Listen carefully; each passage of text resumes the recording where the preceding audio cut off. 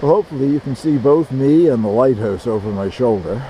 That's East Quoddy Light, also known as Head Harbour Light, here on Campobello Island, the northern end of the island. I've just been over there, well, over closer to it, and taken an hour and 15 minutes of time-lapse photography, which will hopefully follow here in a video clip.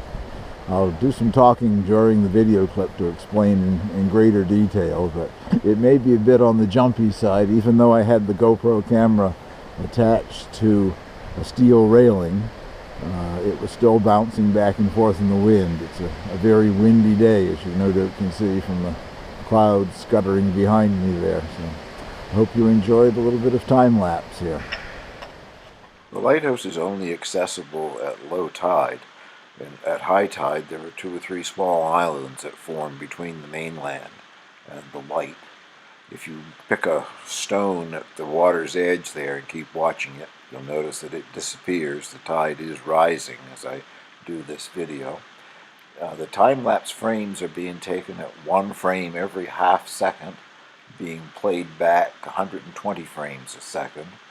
And there are a total of 5,269 frames involved in making this little clip. Now I'll show you one of the areas that forms a land bridge at low tide. Well, this is the little land bridge that I was talking about that makes the lighthouse accessible only at low tide.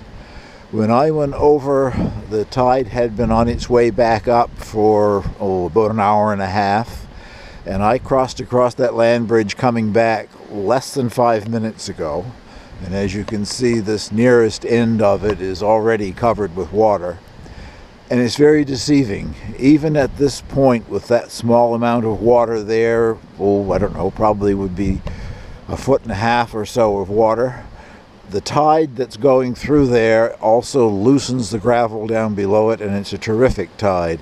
A man lost his life here about 3 summers ago, wading across there. Thought it was safe, and it just swept him out to sea, and he drowned.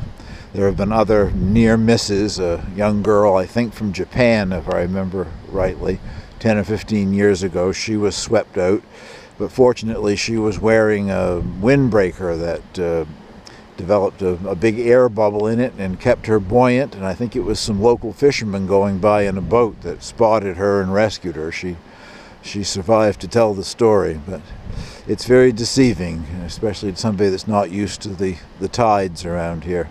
When I came back across on this end, there was probably less than 5 feet wide of the gravel exposed, so I left it until just about the last minute where it's safe to cross.